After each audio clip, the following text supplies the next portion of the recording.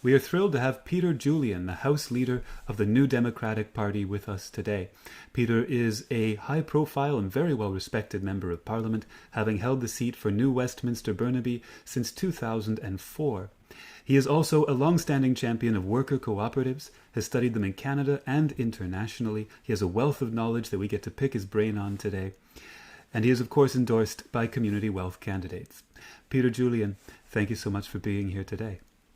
Well, thank you, Colin, and thanks for your work and the work of Community Wealth for bringing these issues to the forefront. The whole issue of democratic control, workers being able to manage their own economic future is fundamental, particularly in light of COVID and the increasing inequality that we're seeing, the increasing discrepancy in this country between banks and billionaires who've received massive amounts of subsidies, and everyone else who are really, really struggling. And worker management, democratic control of businesses, of enterprises is one fundamental way that we can reestablish a more equal society, and a society where people can actually determine their own destiny. You framed this conversation so wonderfully.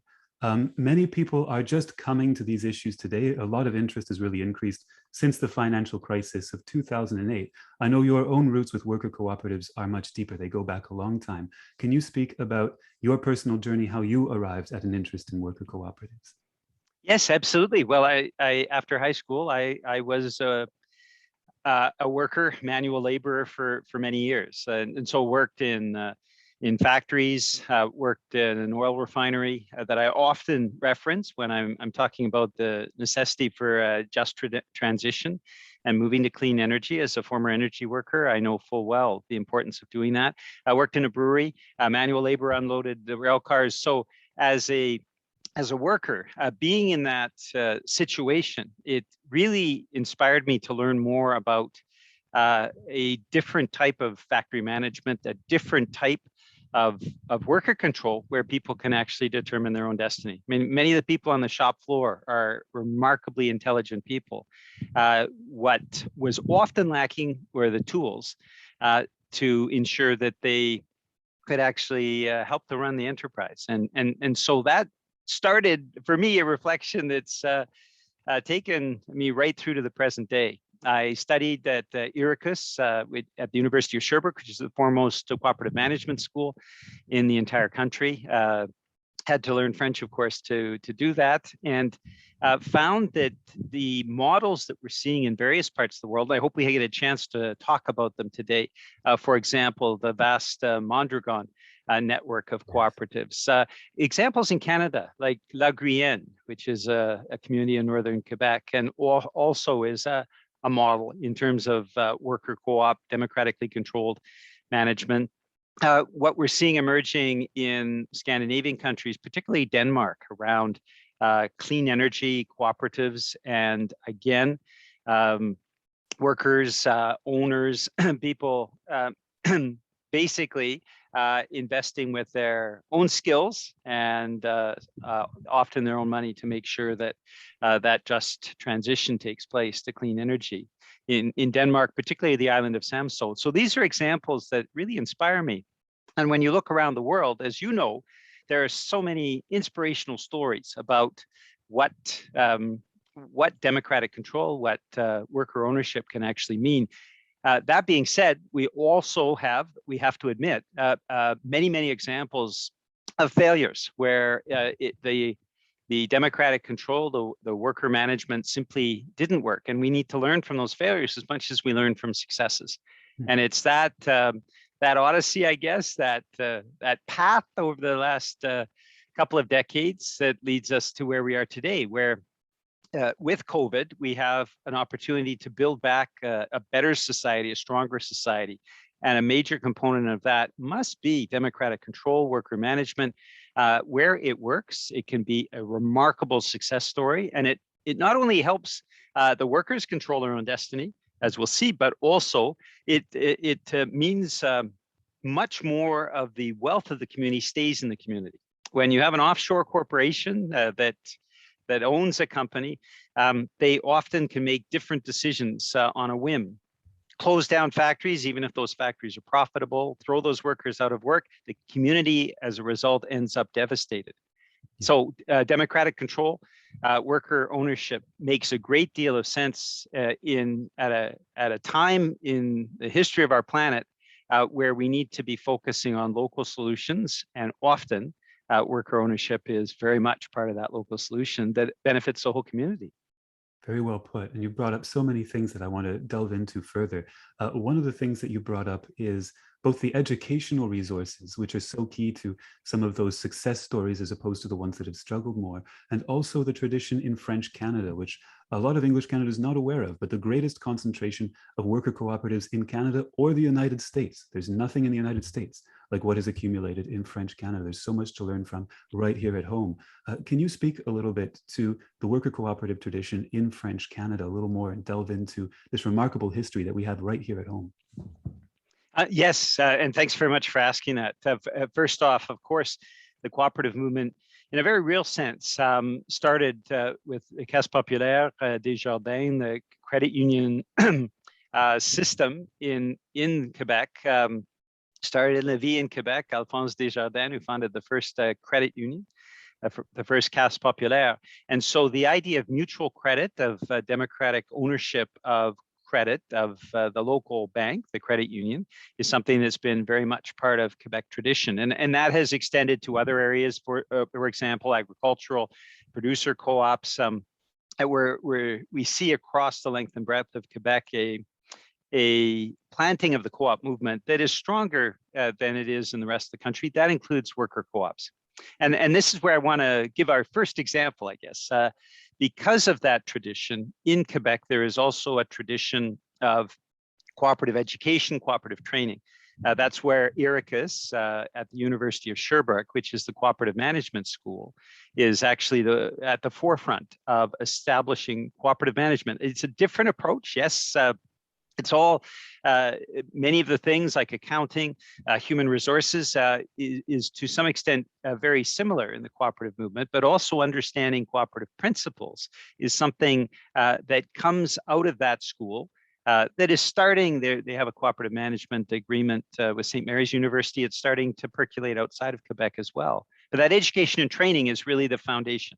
And then you've got the credit union movement, the Caisse Populaire, that provide financing. As we'll see, that's absolutely critical. So let's take a concrete example.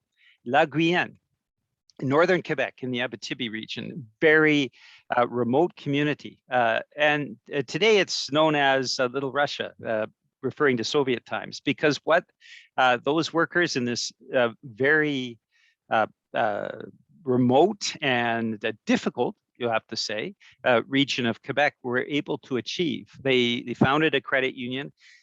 They founded through a variety of techniques, a kind of cooperative management and training courses, and passing on that expertise.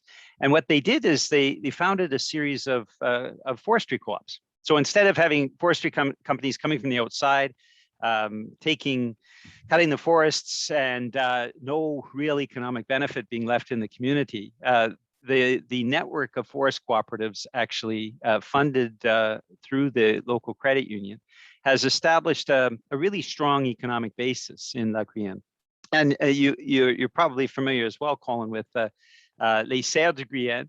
They built, again, with cooperative money, the money from the community, the forestry co-ops built a network of greenhouses. And they have been remarkably successful in growing the trees of tomorrow for replanting in the areas that have been cut by the forestry co-ops. They also, for a time, we're producing vegetables and tomatoes, very fine quality. And again, this is a northern community where you wouldn't expect to see tomato crops. And we're able to establish a network of sales throughout the Abitibi, and in fact, even into southern Quebec. So it's the entrepreneurial nature of La Guyenne, but also the Quebec worker co-op movement that allows for that incredible innovation. And really, the way they're able to succeed is because they have access to capital through the local credit union, that training that is so vital and important to ensure the success of each of these cooperative ventures. And also, of course, a real willingness in the population, a sense that we're all in this together. So people working together to make what would normally be a community always at a precarious state in the economy, to actually be a wealthy community, very prosperous community, even given its remote nature, even given the cyclical nature of what they produce, and often subject to international pricing that sometimes makes it difficult. And so they have succeeded through that cooperative model. And I think these kinds of examples of La Guyenne are examples that we need to make sure that right across Canada, people are more aware of what a rural community can do when it takes a worker co-op approach, democratic management and worker control, rather than the standard approach of allowing an outside company that may or may not even be interested in what in the community to control that economic destiny of that community. This community of La Guyenne controls its own destiny, and because of that, they're secure and prosperous into the future. You brought up so many things, so many wonderful things. First off, a building block, an important building block that I did not know about growing up. I did not know the difference between a corporate bank and a credit union. I thought a credit union was just another kind of bank. And nobody explained this. This is a form of cooperative. It's cooperative finance. And that created resources and community control at a level that does not happen with extractive finance models. And that enabled all kinds of activity as a result. Another thing that you brought up, and we have studies in Canada that find that worker cooperatives are very, very practical, very grounded. They're twice as likely as your standard startup enterprise to last 10 years or more. So their chances of longevity are very, very high. And something that you brought up is this is often happening, and this is true around the world. People genuinely turn to cooperatives and worker-owned cooperatives because they don't have the usual resources. These are often people at a disadvantage, and you talked about how that community was at also an environmental disadvantage and a geographical disadvantage in many ways, and they were able to procure remarkable results. And perhaps that speaks to both the benefits of worker cooperatives, but perhaps also to the fallacy that we have in a lot of mainstream discourse, that the reason a company succeeds is because there is a single genius entrepreneur behind it, rather than a community of workers who have skills and intelligence. Would you like to speak to how worker cooperatives perhaps contrast a lot of the mainstream neoliberal rhetoric that we're inundated with? Absolutely, absolutely. It's a great question. And the best example I can give is Mondragon, which is the world standard in terms of democratic control and worker participation, worker ownership. And now I think I'll take a few moments just to set the context. I know you're fully aware of Mondragon, but I think maybe the viewers might not be. In the Spanish Civil War, the Basque region of northern Spain sided with the Republic. And when the dictator, the fascist dictator, Franco took over, he basically put an end to any sort of supports for that entire region. And so the region fell into profound economic depression and decline. And what happened was a very inspirational priest, Jose Maria Arizmendi Riata, founded a small technical college in 1943. This was at the height of the Second World War, to actually provide instruction. And he soon found that because there was no outside resources, the Spanish government under Franco, this brutal dictator, simply refused to provide any supports at all, that they were going to have to make it on their own. What he did was found an initial engineering enterprise, and realized when that first enterprise was founded that they needed to get financial supports as well. So they had the technical college, they were learning about cooperative management, very important, but the population of this area of Mondragon then really realized that without the financing to go with the education, they weren't going to get very far. So they founded the Casa Labora, which is a credit union to start financing these enterprises. And from there, it just started to take off. They had the conditions satisfied of a willing population that was being well trained through the Technical Institute. They had founded this remarkable financial entity with the savings that they had in the bottom of their drawers and bottom of their socks, and managed to create and circulate into the local economy supports for acquisition of further enterprises, building of further enterprises. And now we're 60 years later, and what we have in Mondragon is a integrated network of industrial worker cooperatives. Over 80,000 jobs, full-time jobs, are established as part of this network, and they work in conjunction, democratic processes, worker control. They've founded as well a social aid cooperative that provides supports for pensions. So let's look at the facts around this modern industrial model, which is selling goods right across machine tools, appliances right across Europe. High quality of workmanship and just an incredible ability to produce and innovate and be entrepreneurial. The lowest salary in the Mondragon network is 3 times the Spanish minimum wage. So we're starting at a starting point that is extraordinarily high. We're not just talking about jobs, we're talking about very good jobs. Because of the establishment of the social affairs cooperative, they have pensions that are now 80% of a worker's salary. And so when a person retires, they aren't falling into a pension that is barely adequate for their needs. They are up at about the level that they were at when they were working full time. So it's an economic success. It is a remarkable social success. This was done without outside aid. It was done because the workers, through their training institute, through the financing that they established, the credit union, were able to establish this vast industrial network. So it's an example, Colin, that I'm glad you point to, that this idea that you can only do certain things in a worker co-op, that it's has to be service oriented, or that you have to think at a very small local level, is simply false.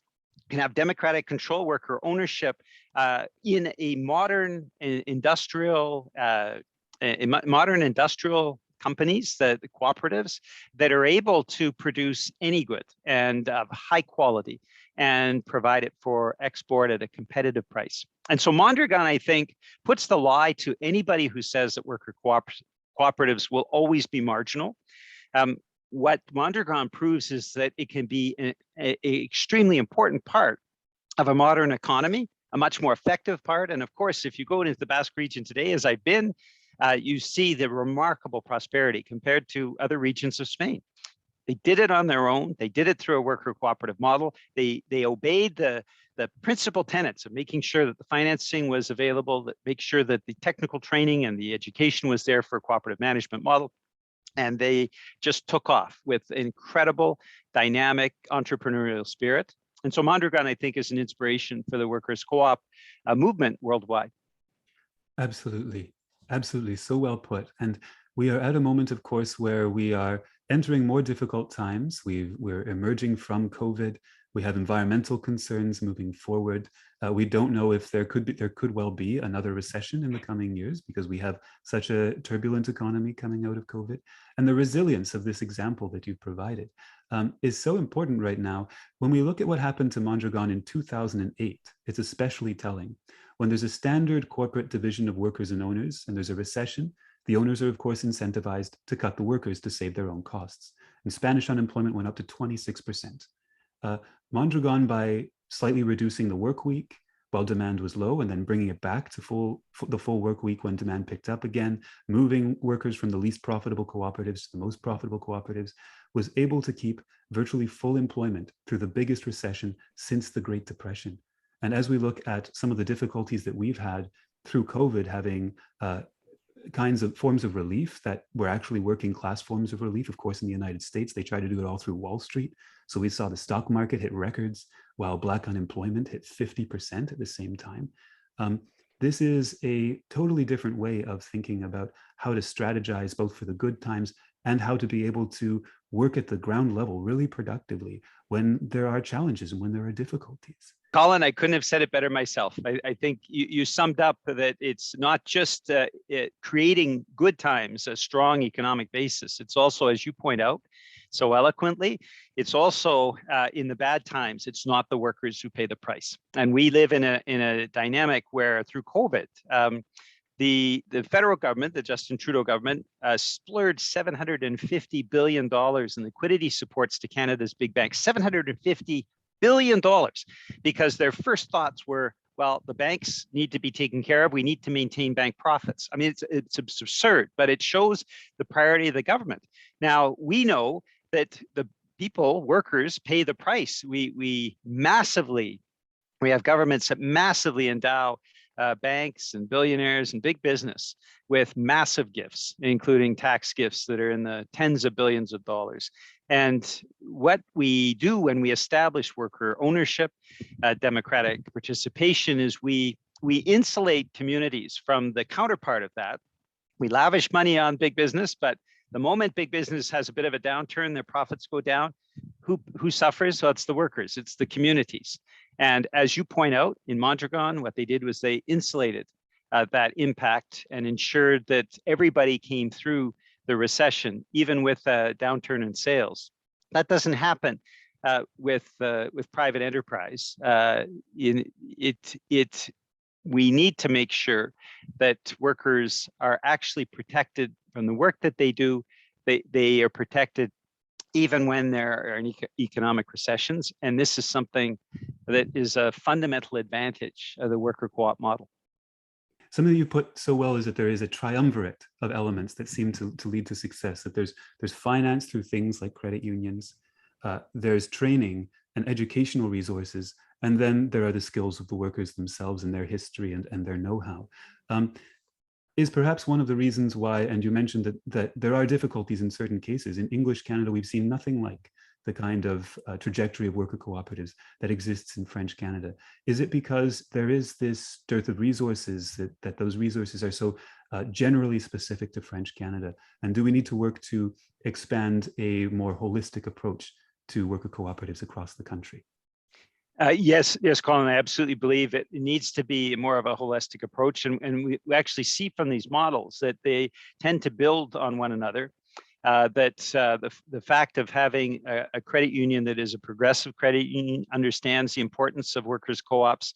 The fact that there is a government or entities providing education and training, that there is a synergy that results there and creates, as we've seen in two of the models that we've talked about, that creates more and more economic wealth that goes to the workers. And so in English Canada, we haven't developed that critical mass. We do have agricultural co-ops.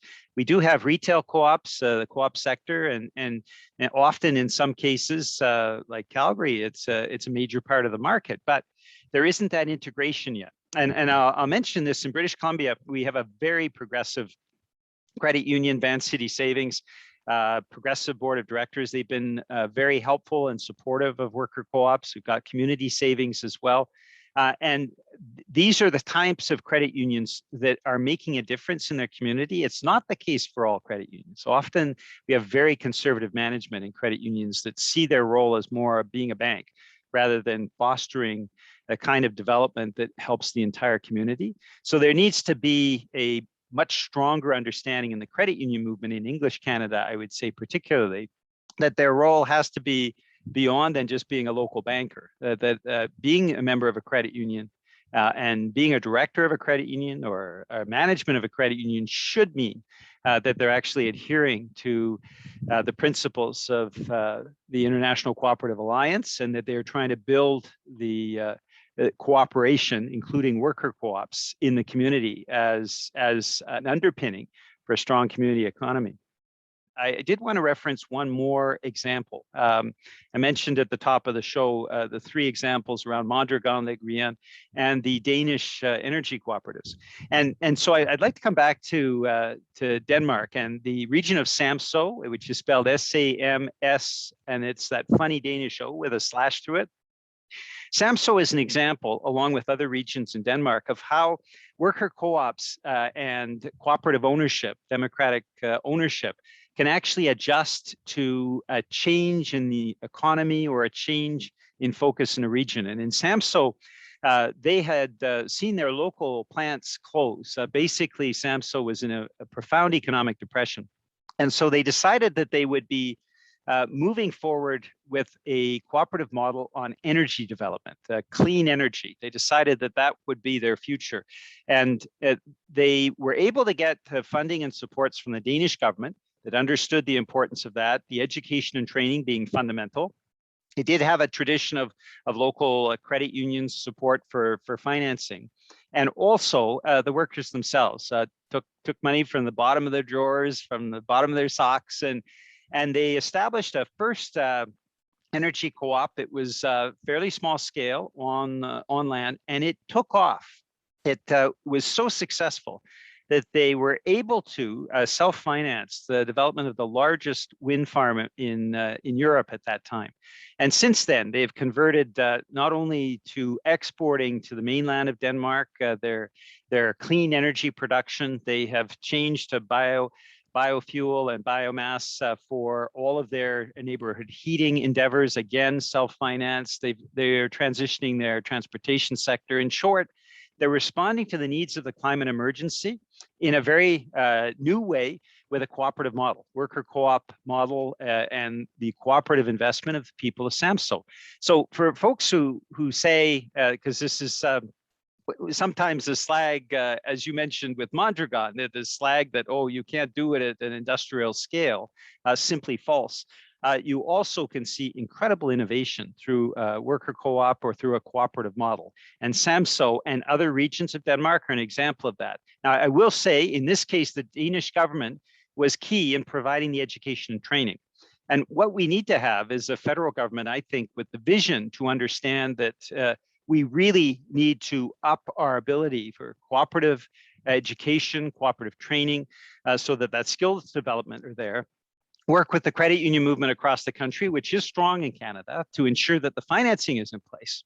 And with that, as Community Wealth has said so eloquently, a right of refusal when a big multinational business wants to close the local factory or the local business, that the workers have that ability to purchase their workplace and control their own workplace through democratic processes. If we put those elements into place, we are going to be unleashing the incredible entrepreneurial spirit of Canadian workers. And I come back to the very beginning, which is my experience on the shop floor. Some of the smartest people that I have ever met in terms of understanding the nature of the enterprise and what they had to do to assure the success of that enterprise are the workers on the shop floors. So turning them loose, giving them the tools to actually run their own businesses means that everybody benefits. The community benefits, the business benefits, and it buffers Canada against this international tide where you've got international capital basically stripping communities whenever they want. Sometimes they'll invest, sometimes they'll strip the whole community out and the community is left bereft. This is a model that helps to protect communities right across the country and helps to assure a prosperous economy for Canada for years to come. Peter, Julian, it has been a pleasure to get these concrete, inspiring examples from you, policy examples that we can have moving forward, and a clear articulation of how Canada can benefit from this, how COVID is, of course, a challenge to us all, but there is also opportunity in this moment to reimagine what the future can look like, to build grassroots solutions that are going to benefit us for years and decades and generations to come. Peter, Julian, thank you so much. Thank you, Colin. Great to speak with you, and thank you for all your work with Community Wealth. This is a very important initiative.